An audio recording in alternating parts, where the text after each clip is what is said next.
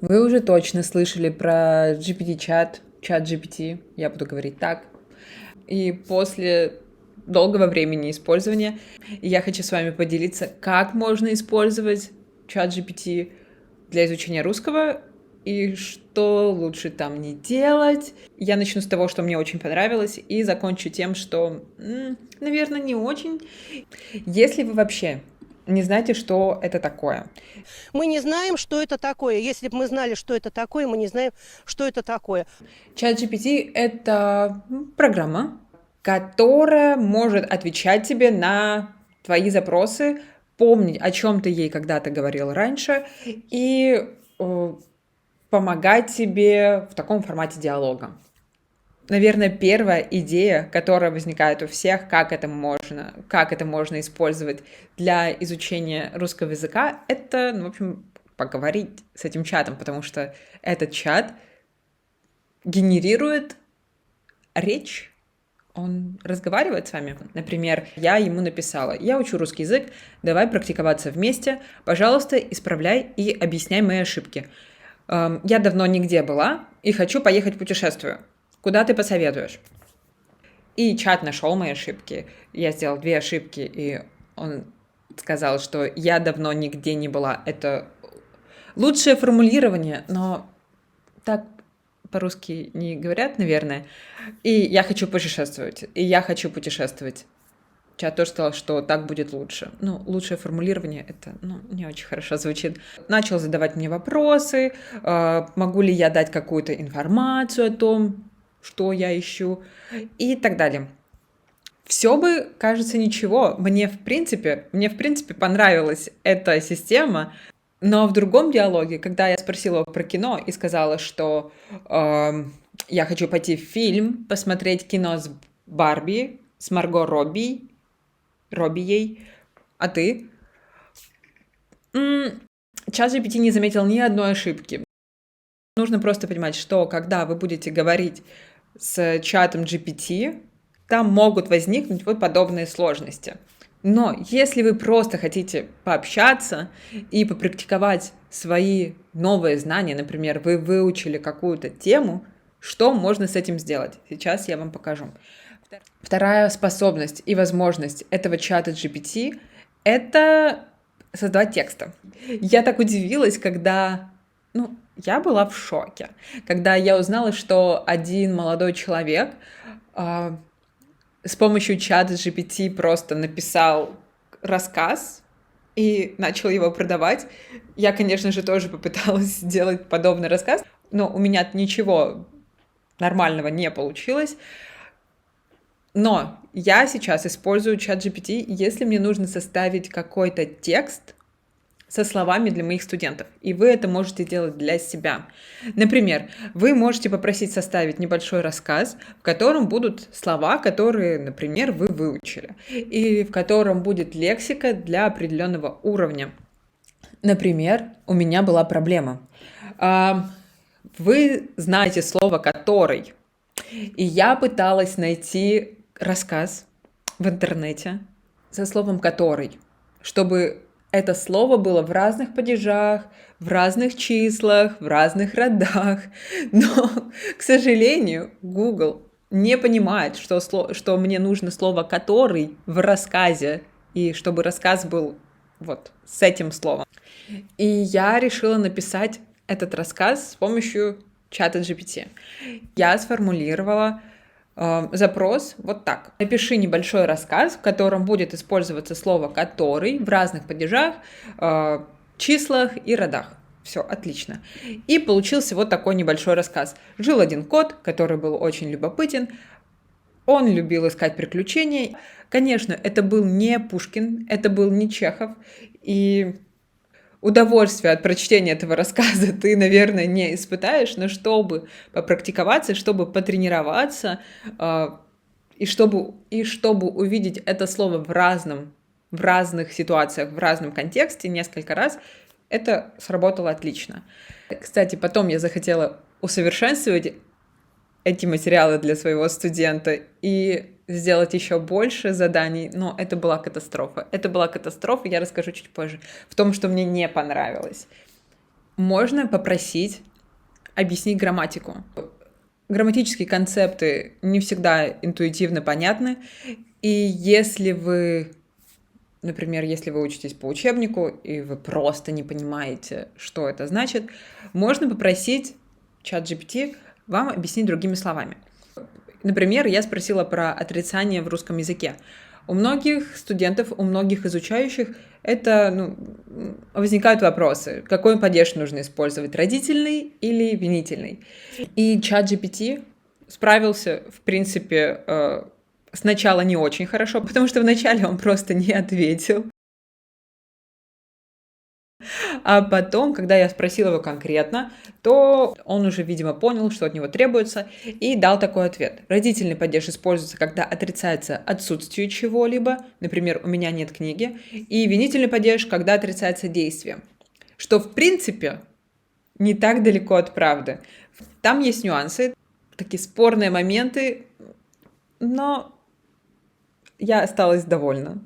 И я попробовала спросить это на английском языке, и мне кажется, что с английским языком ChatGPT работает получше. Окей. Я думаю, если вы уже смотрите это видео, и вы понимаете, о чем я говорю на русском языке, значит, у вас уже достаточно хороший уровень, чтобы смотреть материалы, которые делают носители для носителей. И не всегда они бывают понятными, правда? Поэтому что можно сделать? Можно скопировать какой-нибудь текст. Например, я взяла отрывок из программы моей любимой Екатерины Шульман и попросила переформулировать, сделать его попроще. И вуаля. И вместо достаточно непростого для понимания текста, тем более разговорного текста, у вас есть более короткий, более простой текст, и вы можете проверить, правильно вы все поняли или нет. Но есть вещи, которые непростительны, я считаю. Во-первых, там есть ошибки. Очевидно.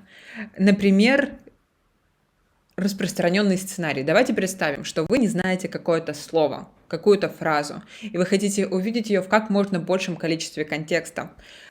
Например, вы услышали выражение «на седьмом небе», и вы попросили объяснить вам это выражение и дать примеры, когда это выражение можно использовать. Что мне ответил чат? На седьмом небе это выражение используется в русском языке для обозначения состояния восторженности, восхищения и полного удовлетворения. Что правильно, но, наверное, не очень понятно. Можно попросить его переформулировать, сказать простыми словами.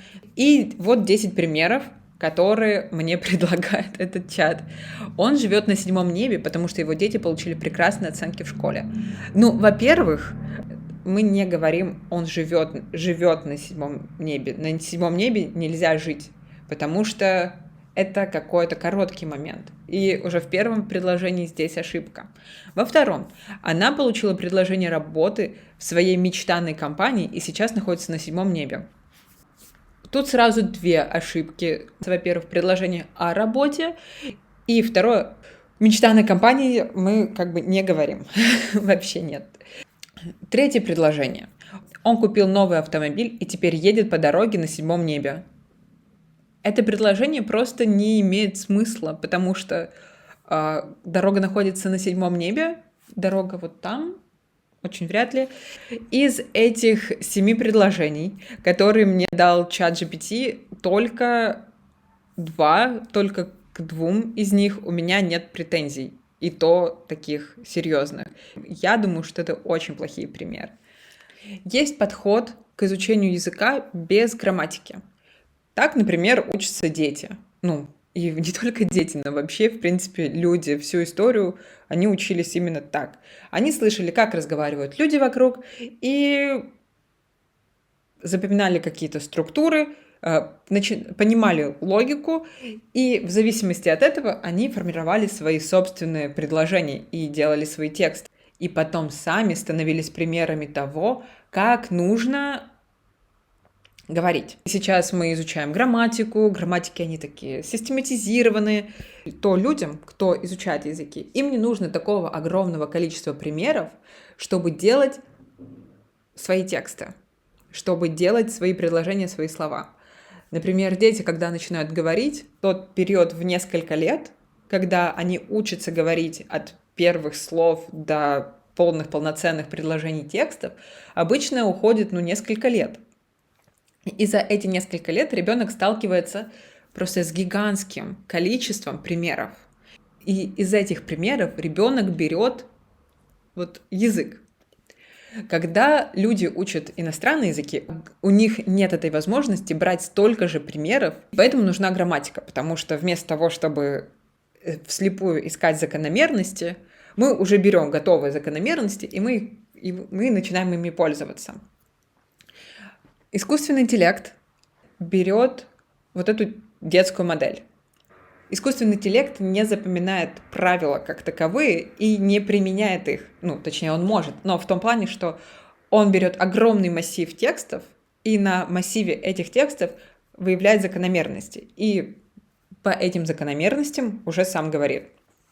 Например, слово мечтанный, можно сказать, заветной компанией или компанией мечты. И ChatGPT просто взял и объединил эти два слова вместе, и получилось, не очень по-русски. Ребенок мог бы так сказать, но взрослый человек, который знает язык, нет. И второе ограничение, вторая проблема, ChatGPT — это не поисковик. И он не даст вам конкретных правильных ответов. Например, возвращаясь к истории про слово «который» и рассказ, я пыталась найти в Гугле песни, какие-то песни, в которых повторяются эти слова «который», «которая» и так далее. Google мне ничего не давал в ответ. В итоге я спросила у чата GPT: напиши мне название песен, русских песен, в которых есть «который», «которая» и так далее, в разных падежах, числах и родах. На что ChatGPT написал мне список из 7-8 песен. Я была очень довольна, я думала: вау, это просто невероятно все. Моя жизнь изменилась на до и после. Когда я пыталась найти эти песни, оказалось, что ChatGPT их просто придумал, что их не существует. И когда я вернулась к чату и попросила его прислать мне настоящие, реально существующие песни, он сказал, что это реально существующие песни. Мою просьбу прислать мне текст одной из этих песен он, в общем, проигнорировал. Я думаю, что ChatGPT — это очень классный инструмент, если к нему относиться правильно. И правильно я имею в виду, например, как ребенку, который может делать много ошибок, но с которым можно поговорить. ChatGPT — классное средство, чтобы добавить геймификацию, чтобы добавить дофамина в изучение. Да, помните, этот чат не может заменить настоящего человека. Этот чат не может заменить преподавателя или живых людей, которые могут вам объяснить. У нас тоже есть чат, и это, правда, не чат GPT, но он даже лучше.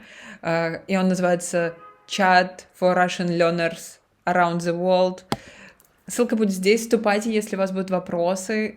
Я буду рада вас видеть.